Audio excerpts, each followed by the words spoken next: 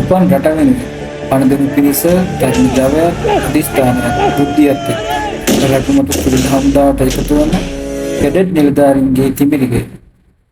අද අපි කතා කරන්නේ එම තිමිරිගේ වන දියතලාව ආරක්ෂක විද්‍යාපීඨය ගැන. ශ්‍රී ලංකා යුද හමුදා විද්‍යායතනයේ ප්‍රධාන රාජකාරිය වන්නේ සේවය කරමින් නායකත්වයේ දෙමු.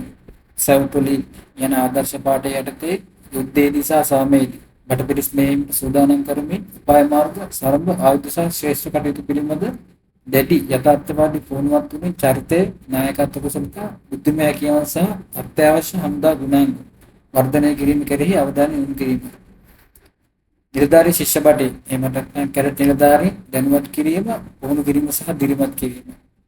මේ ක්‍රියාවලියට අභියෝගය සඳහා සූදානම් සොල්දාදුවන් ගොඩනැගීම සඳහා හමුදා නීතිය පරිපාලනය සහ නායකත්වය වැනි විෂයන් අවශ්‍ය පරිදි PT දේශන ශ්‍රේෂ්ඨ අභ්‍යාස සහ අධ්‍යයන සම්බන්ධ ව්‍යුහගත දෛනික චර්යාවන් තුළත වෙනවා. අද අපි කතා කරමු ශ්‍රී ලංකා යුද හමුදා ආරක්ෂක විද්‍යාපීඨයේ ඉතිහාසය ගැන. එහෙමත් නැත්නම් ආරම්භය පිළිබඳව. මේ ගැන තේරුම් ගන්න පුළුවන් විදිහට මම විශේෂිත වූ කරුණු 8ක් විදිහට මේ අද වීඩියෝ එකෙන් කතා කරනවා. හැඳින්වීම විදිහට ගත්තොත් දීතලාව පිහිටි ශ්‍රී ලංකා යුද හමුදා විද්‍යාපීඨය කියන්නේ ශ්‍රී ලංකා යුද හමුදාවේ ප්‍රමුඛතම පුහුණු ආයතනයක් වන අතර බඳවා ගැනීමේ සිට නිලධාරී තනතුරු දක්වා නිලධාරී ශිෂ්‍ය බටයන් පුහුණු කිරීම මේ මාගේ සිදු කරනවා. උපපළාතේ පිහිටි දීතලාව ශ්‍රී ලංකාවේ වඩාත්ම ප්‍රබෝධමත් දේශගුණික තත්ත්වයන්ගේ එකක් පිහිටා තියෙන දීතලාව. ශ්‍රී ලංකා ආරක්ෂක විද්‍යාපීඨය මගින් එම මහත්වරුන් ශිෂ්‍ය බටයන් සඳහා වසර 2යි මාස 9ක් පුරා පවතින නිත්‍ය දිගු පාඨමාලා සහ ස්වේච්ඡා කණ්ඩායම් සම්පූර්ණ බදවා ගැනීම ඍජුවම බදවාගත් නිලධාරීන් සහ KD ශිෂ්‍ය බටයන් සඳහා කෙටි කාලීන පාඨමාලා පවත්වනවා.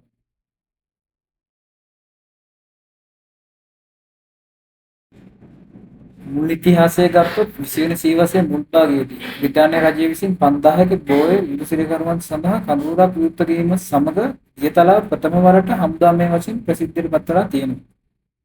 එදා ඉඳන් දියතලාව රාජකීය නායක හමුදාවේ නැගෙනහිර ස්ථානයේ නාවික නිලධාරීන් සඳහා සනීප ආරක්ෂක මධ්‍යස්ථානයක් ලෙස කටයුතු සිදු කර තිබෙන අතර එවකට ලංකා ආරක්ෂක බලකායි බොහෝ ස්වේච්ඡායතන සඳහා හමුදා පුහුණු මධ්‍යස්ථානයක් මෙහි පිළිවෙල තියෙනවා. නිදහස ලැබීම සමග 1949 ඔක්තෝබර් 10 වෙනිදා ශ්‍රී ලංකා හමුදාව පිහිටවන ලද අතර දියතලාවේ හමුදා ප්‍රදේශය අතින් අලුතින් බිහිවන හමුදාවේ පිරිස් පුහුණු කිරීම සඳහා තෝරාපත් කරගෙන කටයුතු සිදු කර තිබෙනවා. ආරම්භක පුහුණුව යුද හමුදා බඳවා ගැනීමේ ඩිපෝව ARTD ලංකා ස්වේච්ඡා බලක කඳවුරු පරිශ්‍රයේ පිහිටවන ලද අතර 1950 පෙබරවාරි මාස 6 වෙනි දින එවකට අග්‍රාමාත්‍ය වූ DS සේනානායක මහතා විසින් උත්සවාකාරයෙන් නියුක්ත කරන ලදී. යුද හමුදා බඳවා ගැනීමේ ඩිපෝව ප්‍රථම අනුදින නිලධාරියා වූයේ major RD Jayathilaka MBE CLI මහතායි. පසුව ARTD 1950 ජුනි 24 වන දින තිසල් කඳවුරේ ස්ථාපිත කරන ලදී. මෙම හමුදා පුහුණු ඩිපෝ පිටා තිබූ කන්ද තිසල් හිල් ලෙස නම් කරන ලද්දේ HMS තිසල් හි ලාංඡනය මෙම කන්ද මත සාදා තිබූ බැවින් ඒ අනුව එය තිසල් කඳවුර ලෙස නම් කරන ලදී. 1950 යුද හමුදා පුහුණු ඩිපෝවේ වරම සීමාව වූයේ සෙසු නිලයන් පුහුණු කිරීම සඳහා පමණයි. නිලධාරීන් පුහුණු කිරීම සඳහා පහසුකම් නොතිබූ හේයින් නිලධාරී කැඩට්වරු එක්සත් රාජධානිය සෙන්හර්ට් රාජකීය හමුදා ඇකඩමියට RNA යවන ලදී. නිලධාරී කැඩට්වරුන්ගේ පළමු කණ්ඩායම 1949 ඔක්තෝබර් 10 වන දින හමුදාවට බඳවාගත් අතර RNA සෙන්හර්ට් වලට පිටත් කර හරින ලදී. විදේශගත පුහුණුව සඳහා පිටත් යාමට පෙර නිලධාරී කැඩට්වරු යුද හමුදා බඳවා ගැනීමේ ඩිපෝවේ මූලික පුහුණු කාර්යයක් ගත කළහ. සෙන්හර්ට් විසින් ශ්‍රී ලංකාවට සේවා මුරයකට පුරපාඩු 6ක් පමණක් ලබා දී හැකි වූ බැවින් නව ඒකක ඇති කිරීම නිලධාරීන්ගේ හිගයක් ඇති කරේ. උපාධිධාරීන් සහ ලංකා විශ්වවිද්‍යාලයේ අතරමැදි සුසුකම්වත් උපාධි අපේක්ෂකයන් පිළිවෙලින් ලුතිනින්වරුන් සහ දෙවන ලුතිනින්වරුන් ලෙස බඳවා ගැනීමට ප්‍රතිපත්තිමය තීරණයක් ගන්නා ලදී. ARTD හි මූලික පුහුණුවෙන් පසු මොන්ස් නිලධාරී කැඩට්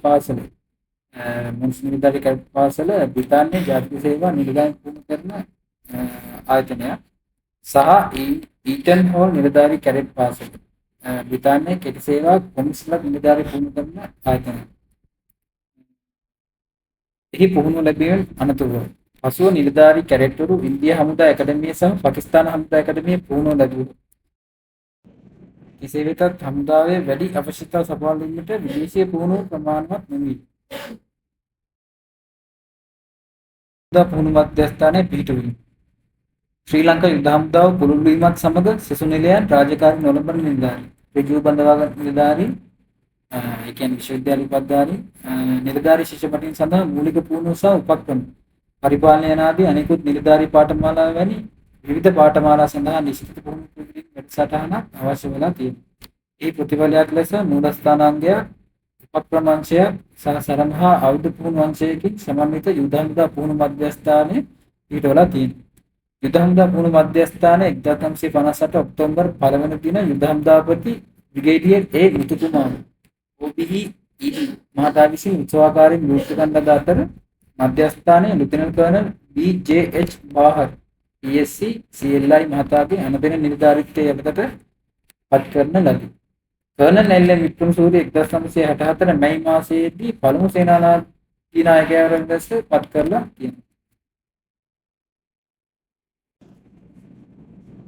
එරට නිලධාරීන්ගේ දේශීය පුහුණුව 1968 දී ප්‍රධාන වශයෙන් විදේශ විනිමය සීමා කිරීම හේතුවෙන් සීලම් නිලධාරී ශිෂ්‍ය බට පුහුණුව දේශීයකරණය කිරීමට රජය තීරණය කරලා තියෙනවා. යුද හමුදා පුහුණු මධ්‍යස්ථානයේ උපක්‍රම අංශය තුල తాවකාලික පදනම මත ශිෂ්‍ය බටයින් සහ තරුණ නිලධාරීන් පුහුණු කර තිබූ යුද හමුදා පුහුණු මධ්‍යස්ථානයේ නිලධාරී ශිෂ්‍ය බට පාසල පිහිටුවීමට නියමිත වෙලා තිබෙනවා. මෙම කාර්යය සැන්හර්ට්සී පුහුණුව ලැබූ පළමු නිලධාරී ශිෂ්‍ය බට කණ්ඩායමට අයත් වූ මේජර් JED පෙරේරා CE මහතා වෙත පැවරී තිබූ අතර විෂය නිර්දේශය රාජකීය හමුදා ඇකඩමියේ සැන්හර්ට්සී විෂය නිර්දේශයටද සමානලා තියෙනවා. ඊතලාවේ යුද හමුදා පුහුණු මධ්‍යස්ථානයේ පුහුණුව ලැබීමට නියමිතව සිටි නිලධාරී ශිෂ්‍යපටයන්ගේ පළමු කණ්ඩායම 1968 අප්‍රේල් 16 වෙනි දින බඳවාගෙන තියෙනවා. ශ්‍රී ලංකා හමුදා ඇකඩමියේ පිහිටුවීම. ශ්‍රී ලංකා යුද හමුදාවේ නිත්‍ය සහ ස්වේච්ඡා බලකායන් දෙකෙහිම නිලධාරී ශිෂ්‍යපටයන් පුහුණු කිරීම සඳහා 1981 ජනවාරි මාස 10 වන දින සිට ක්‍රියාත්මක වන පරිදි ශ්‍රී ලංකා හමුදා ඇකඩමියේ නම් වෙනම සංවිධානයක් පිහිටුවන ලබන අතර බඳවාගත් අයගේ සහ අනෙකුත් නිලයන්හි පුහුණුව සහ හමුදා පුහුණු මධ්‍යස්ථානයේ අනුග්‍රහය යටතේ අඛණ්ඩව සිදු වෙලා තියෙනවා. කර්නල් එස්.එම්.ඒ. ජයවර්ධන PSC මහතා එහි පළමු සේනා විධායක විය. අද සඳහන් කාණ්ඩවල නිලධාරී ශිෂ්‍යපටයන් පුහුණු කිරීම හමුදා ඇකඩමියක පැවැත්වේ. එසු නිලයන් සඳහා කොමිස් කෙටි සේවා කොමිස් තාක්ෂණික වශයෙන් සුදුසුකම්ලත් නිලධාරී ස්වේච්ඡා බලකාය නිලධාරීන් සහ කොතලාවල ආරක්ෂක ඇකඩමියේ ශිෂ්‍යපටයන්ගේ හමුදා අධ්‍යයන හමුදා පුහුණු මධ්‍යස්ථානයේ පුහුණු වංශ දෙකක් තිබූ අතර එකක් බඳවාගත් අය පුහුණු කිරීම සඳහා වන අතර අනෙක කොමිෂන් වලත් නිලධාරීන් පුහුණු කිරීම සඳහායි. කනිෂ්ඨ මාණ්ඩලික පාඨමාලා, ජ්‍යෙෂ්ඨ උපක්‍රම පාඨමාලා සහ ජ්‍යෙෂ්ඨ පරිපාලන පාඨමාලා වැනි පාඨමාලා පැවැත්වීම සඳහා වසර අගදී නිලධාරී අධ්‍යයන මධ්‍යස්ථානයක් ස්ථාපිත කිරීමට නියමිත වෙලා තිබුණා.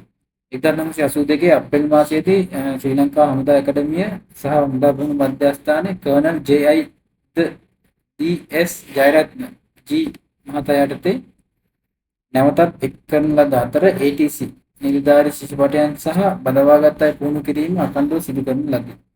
1988 දී ශ්‍රී ලංකා හමුදාවේ වේගවත් ව්‍යාප්තිය හේතුවෙන් බඳවා ගැනීමේ පුහුණුව අනෙකුත් පුහුණු ආයතන වෙත මාරු කරන ලද අතර ඊතලාවේ හමුදා පුහුණු මධ්‍යස්ථානයේ නිලධාරී ශිෂ්‍යපටයන් පුහුණු කිරීමේ ප්‍රාථමික කාර්යභාරය සමගින් අඛණ්ඩව ක්‍රියාත්මක විය.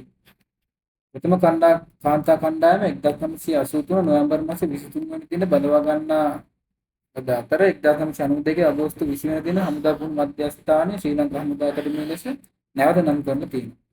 1997 වර්ෂයේ හමුදා මධ්‍යස්ථානයේ පිරිනමන ලද වර්ණ තැන්පත් කරන ලද අතර ශ්‍රී ලංකා ජනාධිපතිනි චන්ද්‍රිකා කුමාරතුංග මැතිණිය විසින් ජනාධිපති වර්ණ සහ ඇකඩමි වර්ණ ශ්‍රී ලංකා හමුදා ඇකඩමියට නැවත පිරිනමලා තියෙනවා.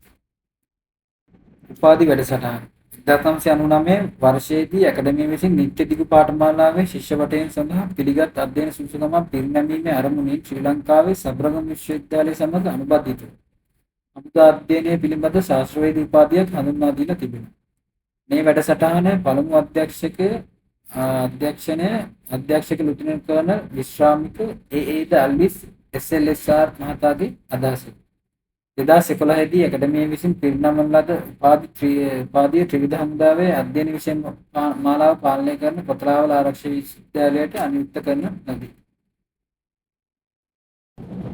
මේ විදිහට මම අද ඔයගොල්ලන්ට අරගෙන ආවේ දේතලාව මිලිටරි ඇකඩමියේ ආරම්භය සහ මේ වනතෙක් විකාශනය වූ අයුරු. දශක 30කට ආසන්නව තිබූ කුරිරු යුද්ධයේදී රටවෙනුවෙන් දිවිපිදූ රණවිරුවන් දහස් ගණනක් බිහි කරලා තියෙනවා. සහ විශේෂිත වූ පාඨමාලාවක් දසක් සිදු කරලා තියෙනවා.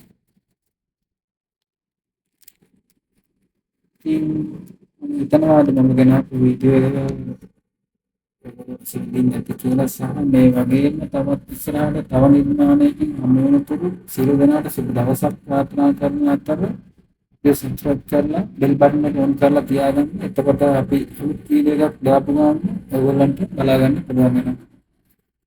ඉතින් මාත් එක්ක රැඳී සිටි ඔබ සියලු දෙනාටම සුබ දවසක් සහ ජයග්‍රහණයක්.